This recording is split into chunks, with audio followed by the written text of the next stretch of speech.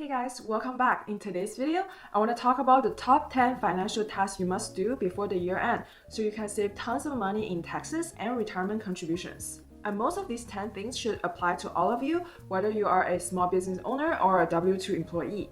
And if this interests you, make sure you give this video a thumbs up and subscribe to my channel where I teach you everything about money, investment, and personal finance so you can reach financial independence early. Before I get started, I just want to give a quick disclaimer that all the numbers I'm about to present today are based on the information as of year 2020. So depending on when you're watching it, you might want to double check on the IRS website to reflect the most accurate information possible.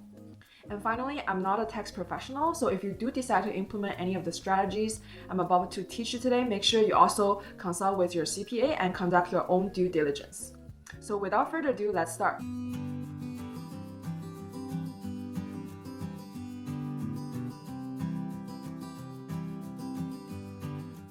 So first, you should max out your 401k contributions, especially the portion where your employer gives you a match. So ideally, you should have set this up properly at the beginning of the year, but depending on whether your salary has changed or whether you've done your allocation calculation properly, you might have been surprised to find out you actually did not max out that amount. So it's still not too late to adjust your contributions from your paycheck for the remaining of the year. Now, in my previous video, I've talked about how important it is to contribute to your retirement savings, not just the pre-tax 401ks, but also the Roth IRAs or the mega backdoors, which has a little bit longer timeline till April 15 next year.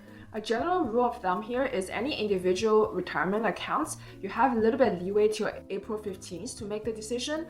For any employer sponsor like 401ks, the card deadline is December 31st, so make sure you're aware of that. And second is to set up your retirement allocations for the next year. So if you're like me who don't believe in market timing, then front-loading all of your contributions at the beginning of the year will allow the money to grow the maximum amount of time throughout the year. But just be aware that that might mean you will have zero money coming out of your paycheck. So if you live on a paycheck by paycheck basis, or if you have any cash flow problems, this might not be a good option for you. Third, charitable contributions. For those of you who donate to your favorite charity or church every year, you might want to consider doing that before the year end. Make sure you grab a receipt like this. So personally, I donate to Goodwill every year. When you drop off your goods, they actually don't automatically give you a tax receipt. You might have to go to the cashier on the counter to ask for it, but this is great for your records when the tax season comes around. Research has shown that almost 90% of Americans do standardized deductions, and thanks for the coronavirus relief legislation this year, you can actually deduct up to $300 in charitable deductions, even if you're doing standardized deductions. The next one is to spend all of your money that you have previously contributed in your SA accounts. Now I call them SAs, where SA stands for the FSAs, the Limited Purpose FSAs, and the DCFSA, or the Dependent Care FSA. So all of these accounts has a use it or lose it rule and only has a $500 carryover, except for the DCFSA, which has $0 carryover to the next year. So this one might seem obvious to some of you, but I've seen a lot of people actually leave money behind in their SAs, either forgetting about it or think they cannot spend it. You'll actually be surprised there are a wide range of category things that are reimbursable under these accounts. So for example, FSAs, if you purchase sunscreens, which is also reimbursable under FSA, and if you purchase stuff from Amazon, there's actually a FSA or HSA eligible tag that will tell you whether those are reimbursable or not. And then finally, because of the coronavirus, there's actually a grace period and a midterm election change that will give you additional flexibility where you can either increase, decrease, stop, or start your contributions. So make sure you check on your HR administration website to take advantage of these policy changes, which are likely to be only applicable to this year. Now you've noticed I purposely left out HSA in this equation due to the fact that first, HSA actually has an April 15th deadline where you have a little bit more time to think about contributing it. As a general rule of thumb, I recommend you to max it out if you do have a high deductible health plan. And second, unlike the FSAs, HSA actually don't have an expiration date. As a general rule of thumb, I actually don't recommend you guys to use any funds in your HSA until your retirement age, so you can allow the money to grow the maximum amount of time possible.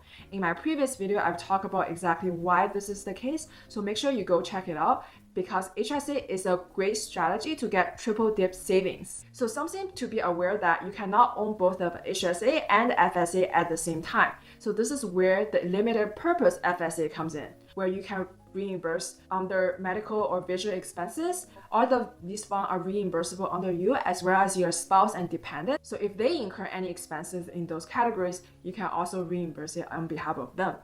And next one is to check your tax withholdings to make sure you don't underpay your taxes to avoid the IRS tax penalty.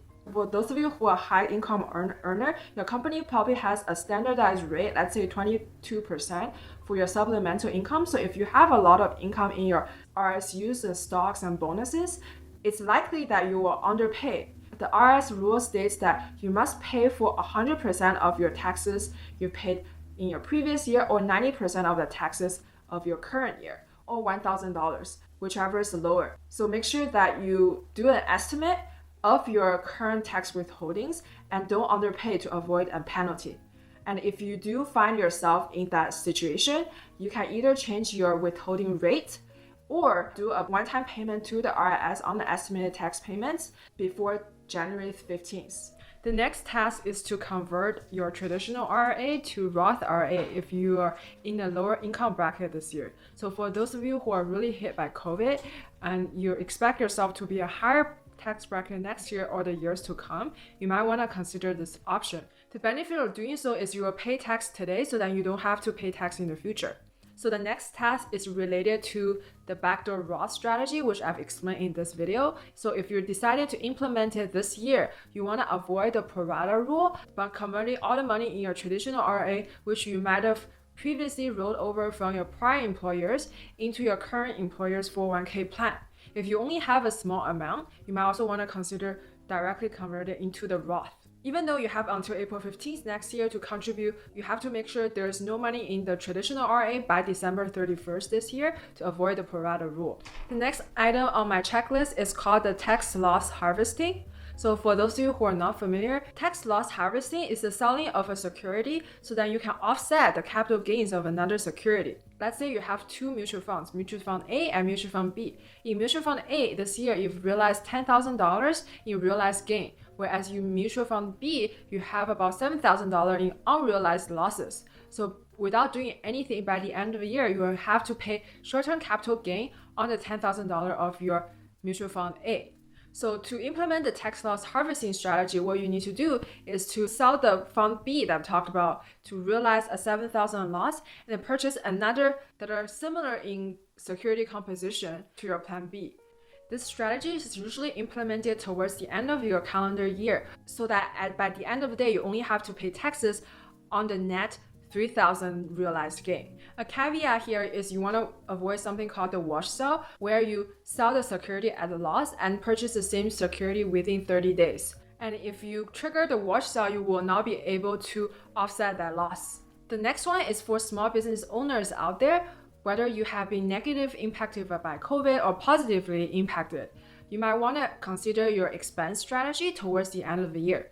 For example, if you made extra income this year, you might want to accelerate your expense payment. Instead of paying them in January, you want to pay them in December so you can offset that income you made this year. And finally, for those of you who are W-2 employees, make sure you go on your company's website to check out any reimbursement that are available for your company. From what I've known, certain companies have provided credits around home furniture expenses, around gym equipment, and sometimes even a student loan match. And some of these benefits are actually unique to COVID this year that you might not be aware of. So make sure you go on the HR administration website and take advantage of them. Alright guys, if you found this video helpful, please give it a thumbs up, and I've created a customized playlist right here where I talk about everything related to financial independence and retire early. So make sure you go check it out and subscribe to my channel. Thanks guys, hope to see you in the next one. Bye.